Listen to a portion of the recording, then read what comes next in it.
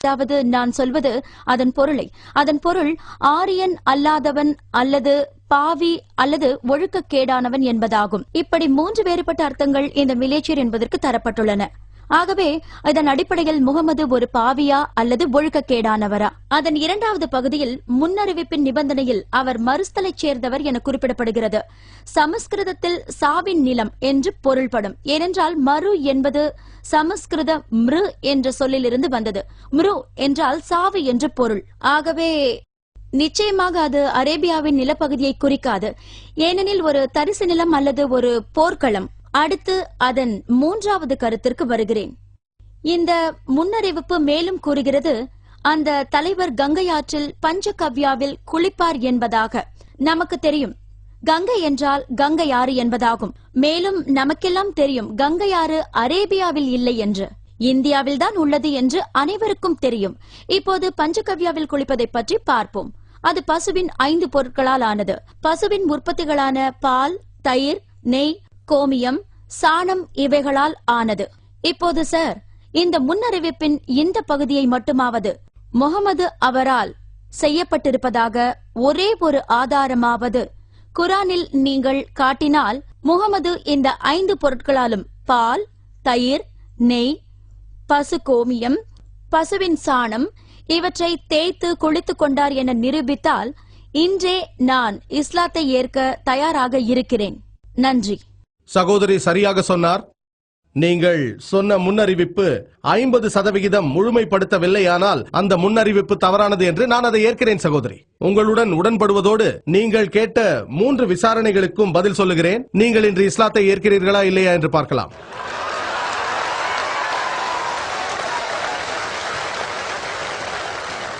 ஆனால் நீங்கள் நான் கூறும் சத்தியத்தோடு ஒத்துப்போகவில்லை என்றால் அது வேறு விஷயம். மலேச்சர் பற்றி நீங்கள் சொன்னதை நான் ஏற்றுக்கொள்கிறேன். நீங்கள் சொன்ன 3 அர்த்தங்களையும் ஏற்கிறேன். மலேச்சர் என்றால் ஒரு அர்த்தம் ஆரியன் அல்லாதவர், வெளிநாட்டவர் என்ற அர்த்தம். இன்னொரு அர்த்தம் பாவி, மற்றொன்று ஒழுக்கக்கேடானவர். அதன் காரணமாகத்தான் இந்துக்களில் சிலர் முஸ்லிம்களை மலேச்சர் என்று அழைக்கிறார்கள். பாவிகள், ஒழுக்கக்கேடானவர்கள் என்ற அர்த்தத்தில் அப்படி அழைக்கிறார்கள். ஆனால் அந்நியன் என்று இன்னொரு அர்த்தம் உண்டு. ஆனால் நான் பேசும்போது எந்த நூலிலிருந்து கருத்துக்களை சொன்னாலும், அதை சொல்லும் போதும் அதன் அர்த்தங்களை விளக்கும் போதும், ஒரு சொல்லுக்கு 4 அர்த்தங்கள் இருந்தால் 2ற்கு அதிகமான அர்த்தங்கள் சரியாக பொருந்த வேண்டும் என்ற அவசியமில்லை. அதில் ஒன்று பொருந்தினாலும் அர்த்தம் சரியானதே. உதாரணத்திற்கு திருக்குரான் கூறுகிறது, பிக் அதாவது பன்றியை உண்ணாதீர்கள்.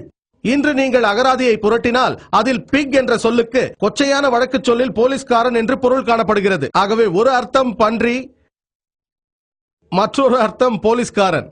ஆனால் குரானிலும் பைபிளிலும் பைபிள் கூறுகிறது, லேவியாகமம் அதிகாரம் 11 வசனம் 7 மற்றும் 8, மேலும் உபாகமம் அதிகாரம் 14 வசனம் 8, ஏசாயா அதிகாரம் 65 வசனம் 2 - 5 வரை பன்றியை உண்ணாதீர்கள் என்கிறது. அதற்கு போலீஸ்காரனை உண்ணாதீர்கள் என்பது அர்த்தமல்ல. நீங்கள் மதங்களின் ஒப்பீட்டு துறையின் மாணவர். ஒரு சொல்லுக்கு 10 அர்த்தங்கள் இருக்கலாம். அதில் ஒன்று பொருந்தினாலும் சரியான ஒன்றை தேர்வு செய்ய வேண்டும். 2 அர்த்தங்கள் பொருந்தலாம், 3 பொருந்தலாம், 10மே பொருந்தலாம். ஆனால் 10ல் 1 பொருந்தினாலும் சரி, அது முன்னறிவிப்பை நிறைவு பெற செய்யும். நீங்கள் கூறுவதை நான் ஏற்றுக்கொள்கிறேன் சகோதரி. மலேச்சர் என்றால் ஆரியன் அல்லாதவர் என்று பொருள். ஒரு இந்தியருக்கு வெளிநாட்டவராக இருக்கலாம். நான் என் சொற்பொழிவின் போது மொழிபெயர்த்து சொன்னேன், மலேச்சர் என்றால் வெளிநாட்டவர் என்று. நீங்கள் தவறான வழியில் சென்று மலேச்சர் என்றால் ஒழுக்கக்கேடானவர் என்று சொன்னால் அது உங்கள் தவறான புரிந்து கொள்ளுதல்.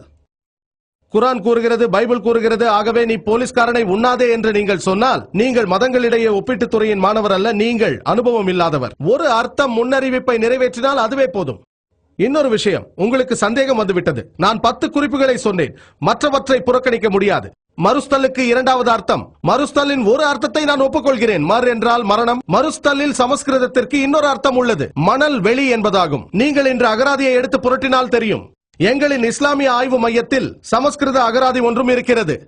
நான் மதங்களின் ஒப்பீட்டாய்வு துறையின் ஒரு மாணவன். நான் ஒப்புக்கொள்கிறேன், ஒரு அர்த்தம் மரணத்தளம், மற்றொன்று மணல் வெளி என்பதாகும். நீங்கள் ஏன் பொருத்தமற்ற அர்த்தத்தை எடுத்துக்கொள்கிறீர்கள்? அப்படியென்றால் நீங்கள் வழிமாறி செல்கிறீர்கள். நீங்கள் மாற்றத்தையும் பொருத்தத்தையும் பார்க்க வேண்டும். நான் குறிப்பிட்ட மற்ற எல்லா கருத்துக்களும் 100% சரியானதே.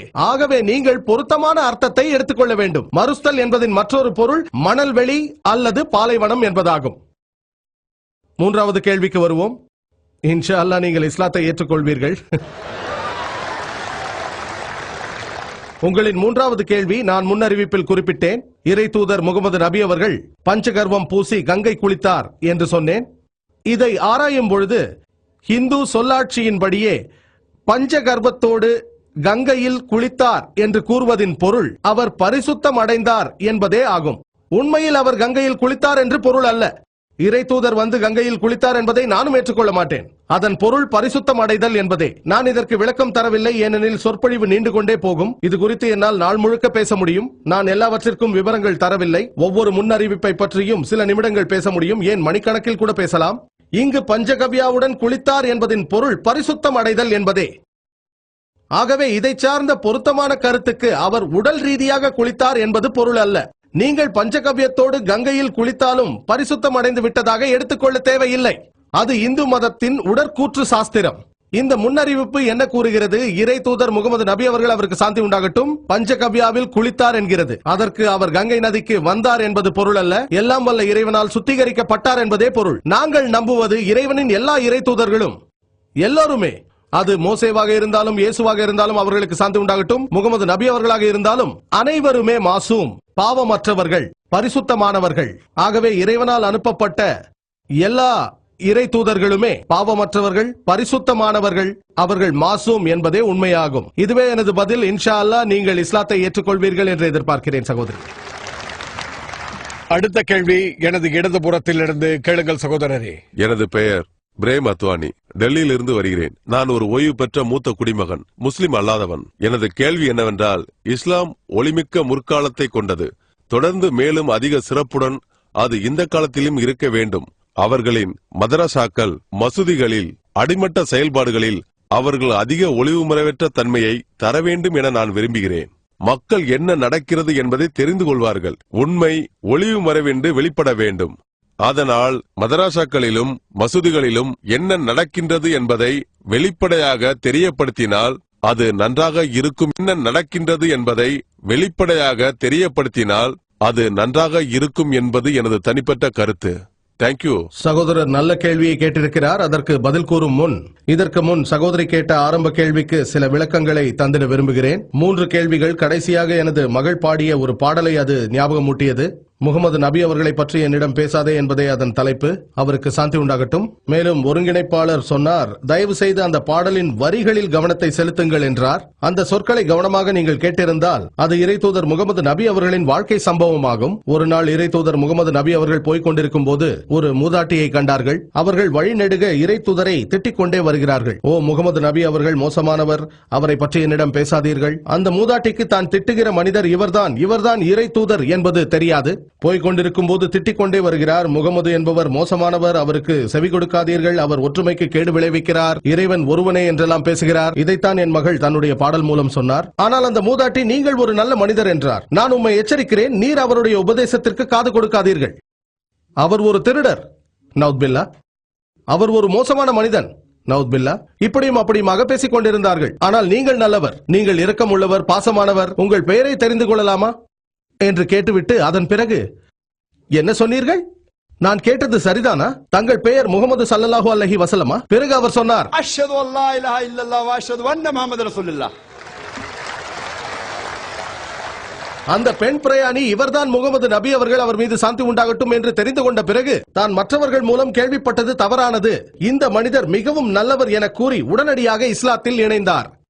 நம்முடைய அன்பு சகோதரி மீண்டும் பல கேள்விகளை கேட்டபோது எனது மகள் பாடல் மூலம் இறை தூதரின் வாழ்க்கை வரலாற்று துணுக்குகளை இசைக்கும் போது அந்த பிரயாணி இஸ்லாத்தையும் முகமது நபி அவர்களையும் தாக்கியது ஞாபகத்திற்கு வந்தது.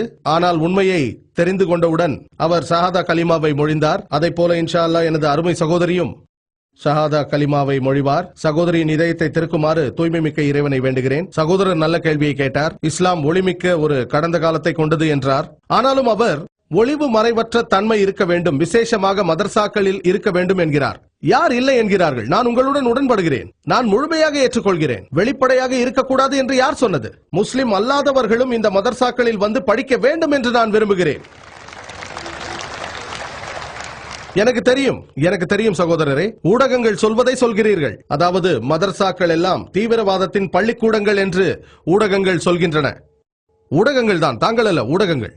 மதர்சா என்றால் அரபியில் தர்சுக்குரிய இடம், ஒரு பல்கலைக்கழகத்தை போல. அதை நாங்கள் பள்ளிக்கூடம் என்கிறோம், கல்லூரி என்கிறோம், பல்கலைக்கழகம் என்கிறோம். ஆனால் ஊடகங்கள் அதை தவறாக சித்தரிக்கின்றன. நீங்கள் மதர்சாவிற்கு சென்றால் தீவிரவாதி ஆகிவிடுவீர்கள் என்கின்றன. தாங்கள் அல்ல, ஊடகங்கள். நான் கேட்கிறேன், இந்த உலகில் அதிகமாக படுகொலை செய்த முதல் ஆள் யார்? ஹிட்லர் தான். அவர் எந்த மதர்சாவிற்கு சென்றார்? எந்த மதர்சாவிற்கு சென்றார்? இன்று பாருங்கள், மாஃபியாவை பற்றி உங்களுக்கு தெரியும். உலகின் உச்சத்தில் இருக்கும் இத்தாலியைச் சேர்ந்த அவர்கள் கடத்தல்காரர்கள்.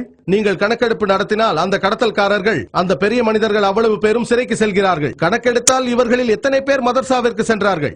எத்தனை பேர்? ஒரு சிறிய அளவு, ஒருவேளை ஒரு சின்ன சதவிகிதம். பெரும்பாலோர் பல்கலைக்கழகத்திற்கு சென்றவர்கள், அதுவும் நவீன பல்கலைக்கழகங்களுக்கு, பள்ளிகளுக்கு, கல்லூரிகளுக்கு. ஆகவே அந்த பள்ளிகளை மூடிவிடுங்கள் என்று சொல்ல முடியுமா?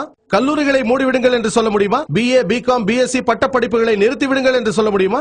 இல்லை. ஏனென்றால் எனக்கு தெரியும், நானும் பள்ளியில் படித்தவன் தான். நீங்கள் திருட வேண்டும், கடத்த வேண்டும், நாட்டிற்கு எதிராக செயல்பட வேண்டும் என்று பள்ளிகளில் சொல்லித்தரப்படுவதில்லை. அவர்கள் அந்த பள்ளியில் படித்தவர்கள், ஆயினும் அவர்கள் அந்த பள்ளியின் கருப்பு ஆடுகள். ஹிட்லரும் நவீன பள்ளிக்கூடத்தில் படித்திருப்பார், ஆனால் 60 லட்சம் யூதர்களை கொல்லுங்கள் என்று அந்த பள்ளிக்கூடத்தில் அவருக்கு சொல்லிக் கொடுத்திருக்க மாட்டார்கள். ஆகவே இவர்கள் கருப்பு ஆடுகள். ஆகவே ஒட்டுமொத்தமாக ஒவ்வொரு வருடமும் பல ஆயிரக்கணக்கானவர்கள் மதர்சாவில் இருந்து படித்துவிட்டு வெளிவருகிறார்கள். நத்வா, தேவ்பந்திலிருந்து ஆயிரக்கணக்கில் வருகிறார்கள். அவர்கள் வெளிவந்து மக்களை கொல்வார்கள் என்கிறீர்களா? இல்லவே இல்லை. ஊடகங்கள் இவ்வாறாக சித்தரிக்கின்றன. இப்போது நமது அரசாங்கம் சென்ற ஆண்டோ அதற்கு முந்தைய ஆண்டோ நத்வாவிற்குள் சென்றார்கள். சோதனையிடும் செயலாணையோடு சென்றது. சோதிக்க. எதை சோதிக்க? அதற்கு அலிமியா நத்வி ரஹ்மத்துல்லாஹி அலைஹி தாராளமாக சோதியுங்கள் என்று அனுமதி வழங்கினார். எதை கண்டுபிடித்தார்கள்? ஒன்றுமில்லை. எப்போதாவது ஒரு நாள் 1,00,000 100,000 10 லட்சத்தில் 1 என எவனாவது ஒருவன் மதரசாவில் படித்துவிட்டு வெளியேறி தவறான செயலுக்கு வழிகாட்டப்பட்டிருக்கலாம். அதற்கு அந்த மதரசா காரணம் அல்ல. பள்ளிக்கூடங்களில் படித்தவர்கள், நவீன கல்வியகங்களில், நவீன கல்லூரிகளில், பல்கலைக்கழகங்களில் படித்தவர்கள், அங்கிருந்து BA, BCom, பொறியியல் மற்றும் மருத்துவ பட்டம் பெற்றவர்களே அதிக சதவிகிதத்தில் தவறான செயல்களை செய்பவர்களாகவும் பாவம் செய்பவர்களாகவும் இருப்பதை காண்கிறோம். ஒளிவு மறைவற்ற தன்மையை பொறுத்தவரையில் நான் உங்கள் பக்கம்தான். எந்த மதரசாவும் வந்து சோதனையிடக் கூடாது என்று சொல்லவே சொல்லாது. எங்கள் பாடத்திட்டம் வெளிப்படையானது. எங்கள் பள்ளிக்கூடத்தில் நாங்கள் கற்றுத்தருகிறோம், மாஷா அல்லாஹ், மதங்களின் ஒப்பாய்வை கற்றுத்தருகிறோம். எனது பள்ளிக்கூடத்தில் எனது மாணவர்களுக்கு சாதாரண இந்துவை விட அதிகமாக இந்து மதத்தை பற்றி தெரியும். சாதாரண கிறிஸ்துவர்களை விட அதிகமாக கிறிஸ்தவத்தை பற்றி தெரியும். சாதாரண முஸ்லிம்களை விட அதிகமாக இஸ்லாத்தை பற்றி தெரியும். ஏனென்றால் நாங்கள் அவை எல்லாவற்றிற்கும் முக்கியத்துவம் தருகிறோம். ஒளிவு மறைவில்லாமல் இருப்பதை பொறுத்தவரையில் நான் உங்களுடன் இருக்கிறேன், நான் உங்களை ஆதரிக்கிறேன். யாரும் எப்போதும் எங்களை வந்து ஆராய்ச்சி செய்யாதீர்கள் என்று சொல்லவே மாட்டார்கள். வாருங்கள், குறை சொல்லாதீர்கள். எதிர்மறை எண்ணங்களோடு வராதீர்கள், வெளிப்படையான நெஞ்சத்தோடு வாருங்கள். ஒருவேளை உண்மையை அறிந்த பிறகு உங்களுக்கு ஹிதாயா கிடைக்கலாம். சொல்லுங்கள் சகோதரரே. முஸ்லிம் அல்லாதவர்களுக்கு மதராசாக்களை பார்ப்பதற்கும் தெரிந்து கொள்வதற்கும் ஒரு வாய்ப்பினை நீங்கள் ஏற்படுத்திக் கொடுங்கள். இந்த வாய்ப்பை தான் நான் வெளிப்படை என்று கூறுகிறேன். ஆகவே நீங்கள் வெளிப்படையாக நடத்தினால் மக்களுக்கு ஏற்பட்டுள்ள சந்தேகங்கள் முழுமையாக நீங்கிவிடும். சகோதரர் நல்ல கேள்வி கேட்டிருக்கிறார். நாம் முஸ்லிம் அல்லாதவர்களும் வந்து படிக்கும் அளவுக்கு ஒளிவு மறைவின்றி இருப்போம். சகோதரரே, முதல் அழைப்பை உங்களுக்கும் உங்கள் குடும்பத்தாருக்கும் தருகிறேன். IRF-ற்கு வாருங்கள். உங்களுக்கு அழைப்பு விடுக்கிறேன். இஸ்லாமிய ஆய்வு மையத்தில் ஒரு பெரிய நூலகம் இருக்கிறது.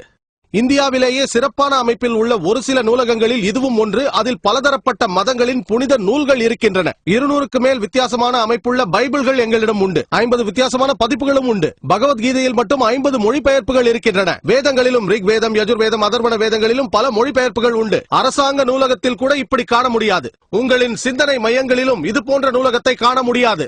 நாங்கள் கற்பதையும் ஆய்வு செய்வதையும் ஆதரிக்கின்றோம். மற்றவர்களை ஒரு பக்கம் வையுங்கள். நான் முதல் அழைப்பை உங்களுக்கும் உங்கள் குடும்பத்தாருக்கும் தருகின்றேன். நான்